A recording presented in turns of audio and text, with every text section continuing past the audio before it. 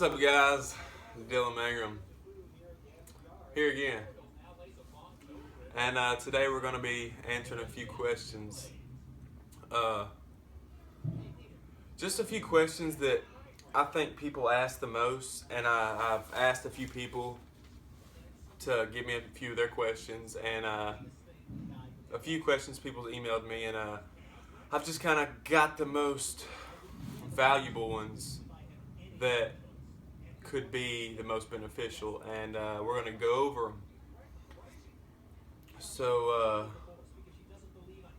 I hope y'all benefit from this, because this is just my opinion, my education, my experience through all of this, and just what I think about all of it, and how I've got to about 95% recovered. So the first question, and y'all regard this ginormous pimple I have on my face, just try to overlook that and don't pay so much attention to that in the video. The first thing we're gonna go over is what are some of the symptoms of DP and DR.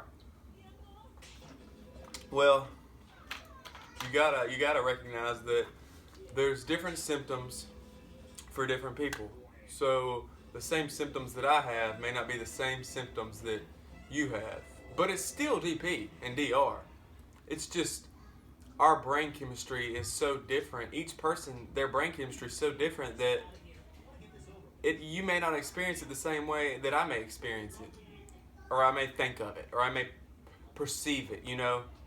So like a good buddy of mine named Ben, he describes it as a very dizzy feeling. You know, he said it feels like he has on glasses and the lens is bent, and he just has a big tunnel vision problem, and that's similar to mine with tunnel vision, but mine wasn't very blurry.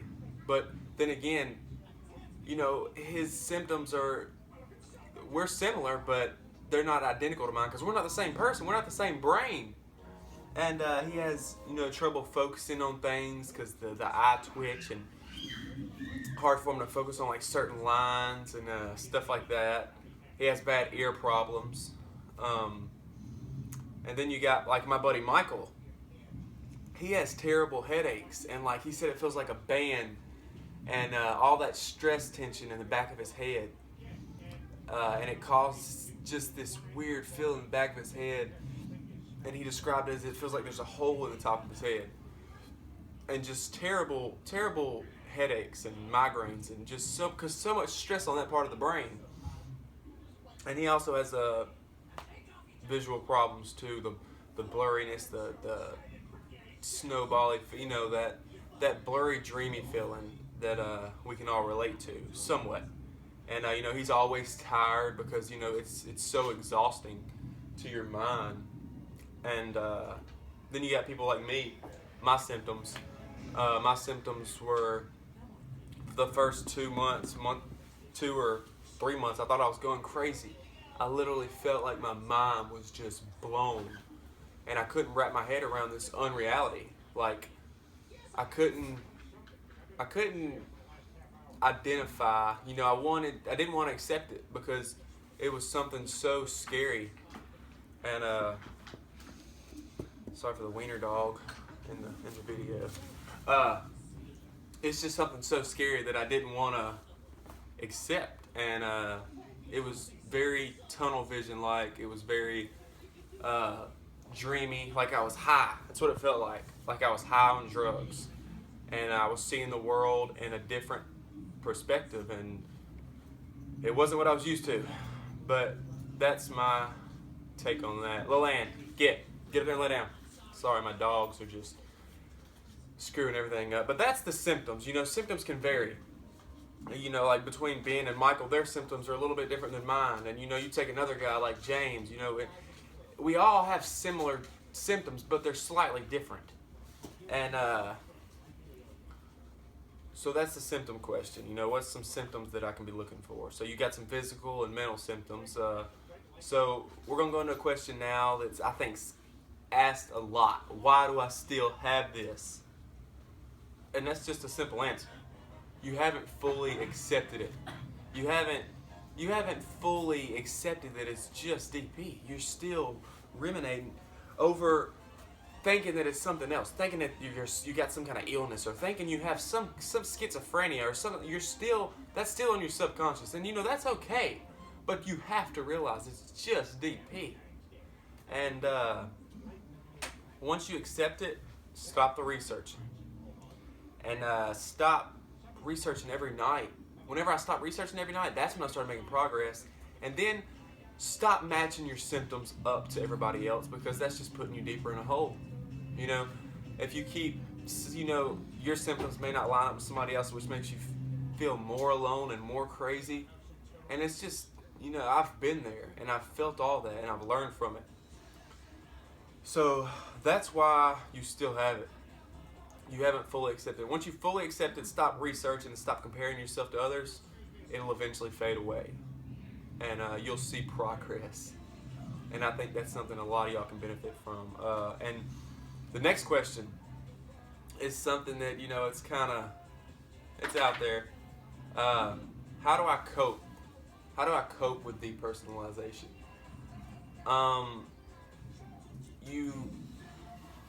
Using the term cope's kind of not beneficial. You got to get out there and live. You can't, there's no way to, you can cope through activities and things you love, hobbies you enjoy, your passion, stuff like that. Just find something you love and learn more about it. And that's a form of coping. The land, go.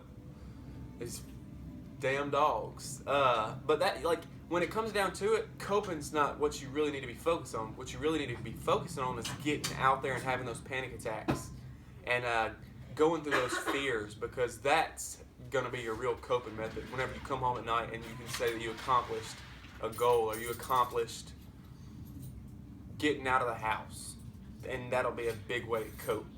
But you can find other things you love, your passions, your hobbies. Just find something you love and you enjoy researching and enjoy putting your interest in, and you can cope like that, but you still have to get out there. And so we've answered the symptoms of it, why you still have it, how to cope. Now, why people have it longer than others. This is a question that a lot of people have asked. Why do some people have this longer than others? Well, there's 3 things why some people have it longer than others. Acceptance, knowledge, and guts. You haven't fully accepted it, you haven't educated yourself on it enough, and you don't have the guts to go out there and face those fears. You're still scared that you're going to go out there and pass out, or you're scared that you're going to lose your mind, or you're scared that you're going to get lost. I've had all those fears. And some people right now are, get that dog.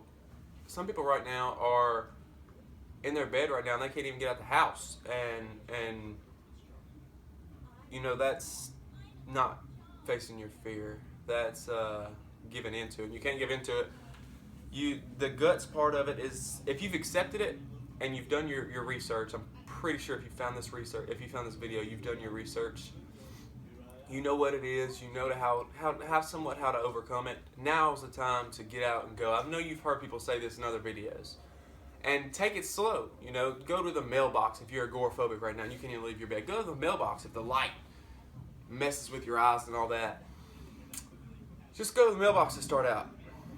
But you have to eventually get out of your comfort zone. And my last video, if you haven't seen that, go check it out. I made it in my truck. Terrible quality, but great information.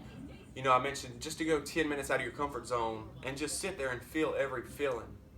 And that's something I did, and it helped me out a lot. And I think a lot of y'all benefit from that. So if you haven't seen that, go check it out. But acceptance, knowledge, and just getting the balls to go out there and do it. I'm going to answer one more question that I got, and we're going to wrap it up. We're going to talk about the stress and tension of it, the stress of all of this, and what you need to do. And when it comes down to it, all you got to figure out a way to relax. You have to, because your brain's tired right now, and you stressing out about it more is just causing you to be more tired and stressing your brain out longer than it needs to be. And that's why that plays another big role in why people recover faster. You got to figure out a way to relax. You have to figure out a way to calm yourself down at night, meditate, whether it's through religion, whether it's through your passion, whether it's through anything you do. Mine's, it was working out, and then I got caught up in school and I stopped working out so much I fell off that. But like this YouTube thing, I have a passion in it, and I'm wanting to get better at it, so I research YouTube at night. I don't research depersonalization at night, and you got to find a way to relax, meditate, pray. That's something else I do. I pray. I don't know y'all's beliefs. I'm not going to judge y'all for y'all's beliefs, but whatever it is that you have faith in or you have a passion in, put it towards that. Relax at night. Get in a bathtub. Take a warm bath and relax. You have to figure out a way to relax, because if you just keep stressing and putting more tension on it, you're just digging yourself in a darker hole. And, I hate to say that to somebody, but that's what it is. So that aspect of it, you got to figure out that yourself. Figure out a way you can relax. And, yeah. So if I didn't answer your question, be sure to leave it in the comments below, and I will get to it. I don't want to make this a super long video because I still got to upload and edit it, and I want to get it up tonight. But if I didn't answer your question, just leave it in the comment box. I'll make another Q&A later on. But I wanted to cover some of the major questions that a lot of people email me, or I talk to people through Facebook, and they ask and they can relate to, and just throw out there that just because you don't have the same symptoms as somebody else doesn't mean that you're going through something different or crazy. It's still DP, and just accept that. So that's it for the Q&A. I'm gonna wrap it up. Like the video if y'all liked it. Leave a comment on what y'all want to see more, or if I didn't answer your question. And that's it. Y'all stay positive.